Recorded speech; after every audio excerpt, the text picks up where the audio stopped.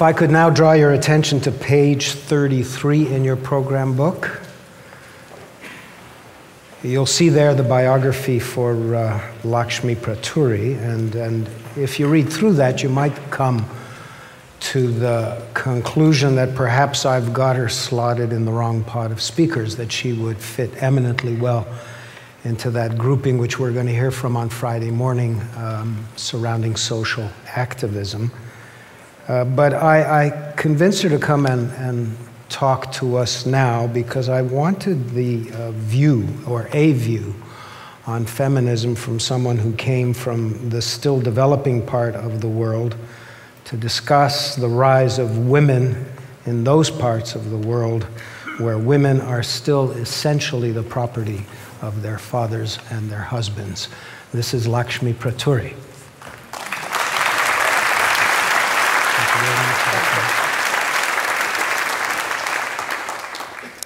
So, good afternoon, good morning. I come to you with no science, a little bit of statistics, and lots of stories. So just be braced for that as you go through this session. First, let's start with my name. My name is Lakshmi. She's the goddess of wealth. Now, when I say wealth, what comes to mind to you? If you are an individual, you want to be in the Forbes 100 richest people. If you're a corporation, you want to be in the Fortune 500 list. What do these lists mean for us?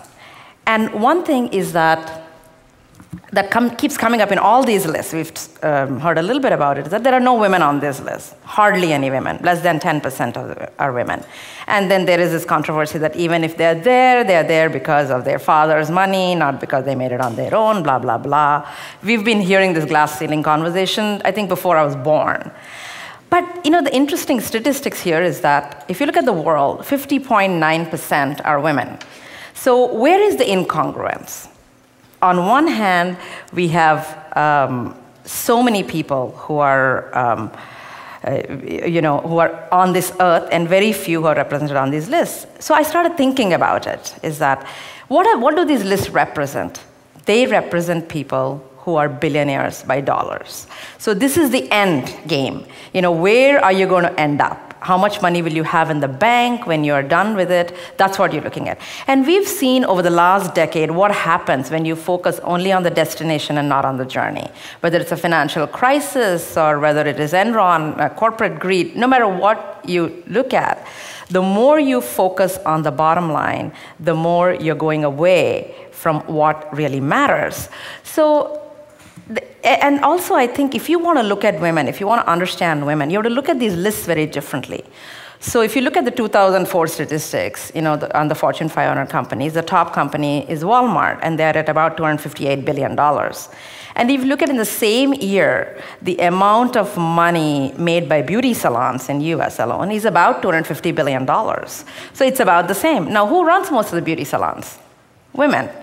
And the way women build their businesses is to have many of them have individual businesses and cooperate with each other, as opposed to one person owning it all. So the person who does my nails is from Vietnam, and her sister-in-law brought the entire family over here, and each of them owns a nail salon. So each of them feeds their family with that. So when we look at these numbers and we say women are not on these lists, we are not looking at the list correctly. And the other thing is, if you look at the top 10 companies where employees are very happy being there, and look at the top 10 companies in the Fortune 500, there's almost no correlation. So what does this tell us? That we are looking at the list in a very, very wrong way. If we want to look at whether women are successful or not, in the developed world or developing world, almost doesn't matter where, we are looking at the list in very, very wrong way. So one of my favorite hobbies is whenever I meet somebody, I ask them, tell me one thing you'll take with you to the grave. I mean, one thing, one memory, one moment, whatever it is, just tell me one thing. And you get a variety of answers. Mostly it's that, that last meal I had with my dad, the moment when I held my child in my hands, or the fragrance, that woke me up this morning. The list goes on. But it's so far in my surveys, it's never, ever been, that all night I stayed up writing that business plan That was it that'll take with me. So the point is, when you try to be at the top of the billion-dollar list, here is my favorite quote that describes that, is that, even when you win the rat race, you're still a rat. And that's the point about it. So now I told you why the lists are wrong. So now let me tell you what list I would like to create. If moments are that important to us, they say that life ought to be measured not in the number of breaths we take, but the number of breathtaking moments we experience. If that is important, we should all aim to be billionaire of moments. And what do I mean by that? I actually have a scientific approach to this. So here is how it goes, is that every day you count a moment that was very important for you. And you can count every second if you want. But that's what you get to bank. Now, you can't cheat and say, when I had my kid, that was worth 50,000 points. You can't do that. So you just have to count a moment. A moment is what goes in your bank. Now, the issue with this is that if you count every second as your moment, and you can actually write about it, this moment, this morning I got up and blah, blah, blah, whatever it is, if you count every moment, and if you don't sleep at all, and you count every moment in the 24 hours, it'll take you more than 30 years to be a billionaire. So I'm impatient. I want a way around it. So how do we quantify this? So let me give you my ideas. What's one of my moments? The other day I was with my son, and I was getting him to bed. I want him to sleep early so that I can go have a couple hours of work put in before I need to go to bed. And I was playing with him, and he's obsessed. He's 6 years old. He's obsessed with death these days. I don't know why. He said, "Mommy, what happens when people die?" So what happened when Grandpa died? That's what he wanted to know. So I said, well, they just die, and then they go into some other mommy's tummy, and they're born, just like I think my dad came back into my tummy to be you. And then he's, laying on the other side of the bed. He rolls over to me, and he hugs me tightly, and then says, "But Mommy, if something happens to me, I don't want to be born in anybody else's tummy. I want to be born in yours." And I thought, man, this is a bankable moment that he said that, despite all the grief I caused him. So what's my plan? Is that this is the one way you can get around to being a billionaire, is that if you influence someone's life and it intersects with it, and they say you influence their life, you get to bank all their moments. So that's the way you get to be a billionaire faster. So what's my plan? Is that, just as we are all gathered here, where we are looking at success in a very different way, my obsession now in my life is that I want to redefine success. I think we look at success only from the point of view of how many CEOs are women, which is again measured by just dollars, which is where you feel that maybe in my part of the world there aren't enough women leaders. But let me tell you, they're there. They are much stronger than anyone I have ever met in all the prestigious schools that I went to. They're there. So I think we need to redefine success. And how do we do that? Just as, one is through conferences like this. I host a conference called Inc. Conference in India. Moses hosts this. The reason these are important, trust me, this is not a pitch for my conference, but the reason these gatherings are important is that everyone is chose to be here because they're looking at success very differently. The people are not chosen to be here because they are on some Forbes list or a Fortune list, but because we are about seeking knowledge. We are about celebrating each other. So I think that's what is important. And I have all kinds of dreams. I want to have my own talk show where I get cool people, and I want to act in a film, lots of ideas. But the point is, I want to have tons of billionaires around me, and they are there. The thing is, we don't recognize them. So I want to end with 3 people who I think are billionaires. First one is Babar Ali. He's a 16-year-old kid in India. When he was 8 years old, he started going to school, which is a little away from his home. So he had to take a ride for 10 kilometers, walk for another 2 kilometers, and his dad has to pay 1,800 rupees, which is almost like $40 a year, which is completely unaffordable to many people in his village. So he was going to school, and it occurred to him when he was 8 years old that many of the people who are his neighbors are not able to go to school. So what he did, in his backyard, he started a school. And he would learn in the morning and teach them in the afternoon. At 8, he became the youngest headmaster ever of any school in the world. And today, he's 16, and he just graduated his 10th grade with 70% marks. And he has 800 kids and 10 volunteers, and has incredible amount of support. By working with him, I'm cashing in very quickly. The second one, this is the most important thing for me, is the billionaires that we often ignore. They're the people in our own homes. So I want to tell you about my grandmother. That's me crying. I used to hate cameras. Altogether a different story today. And my grandmother was the queen of her village. She fought for freedom, and she was a very, very strong woman. These are the stories I heard. When my mother passed away, her only daughter, she moved in with us to take care of me, to raise me. And her life became me. She hardly went out of the house. So the grandmother I saw was this person who was always there to take care of me, who almost I took for granted. I just couldn't imagine her as this freedom fighter and all these kinds of things. I used to sleep holding her sari. She always wore these soft cotton saris, and because I didn't want her to get up when I was sleeping.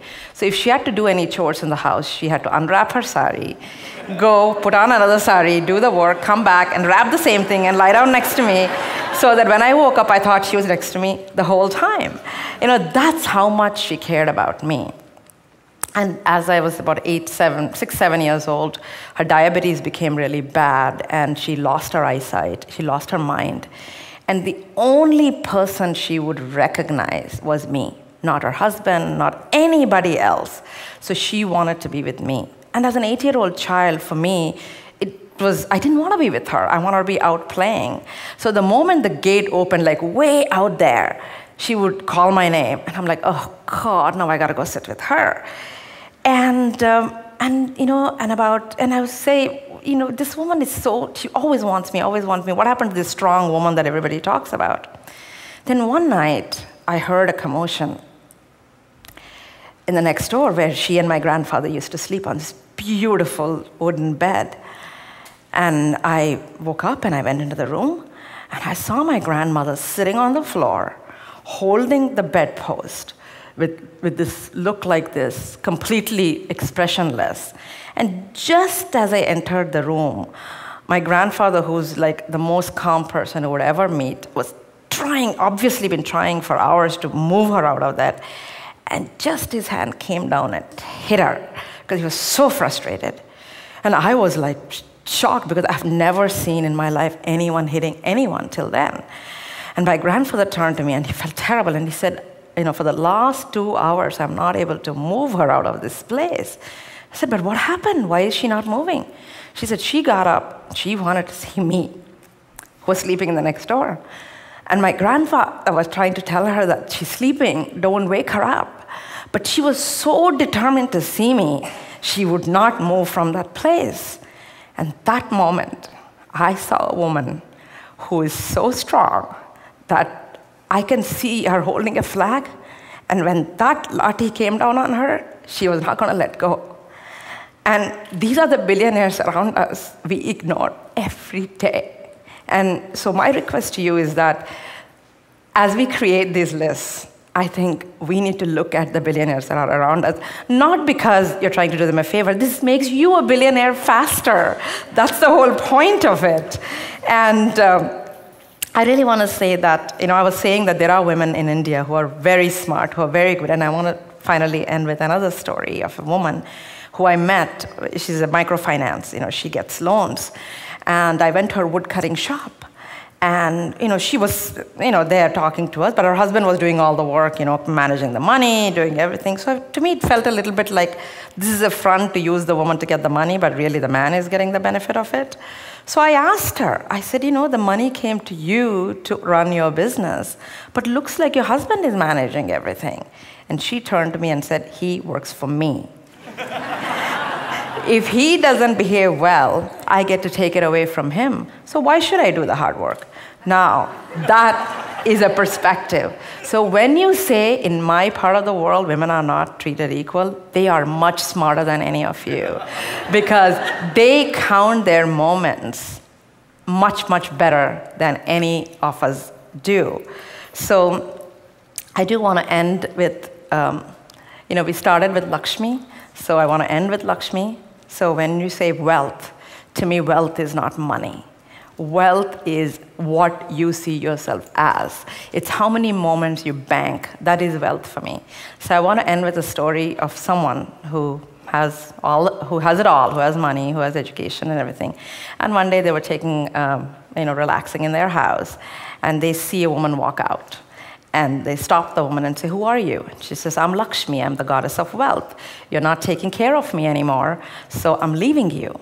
And the person says, "You're right. I've been ignoring you. I've not taken care of you. But you know what? I'm going to work hard to get you back. But I can't stop you, so I need to let you go."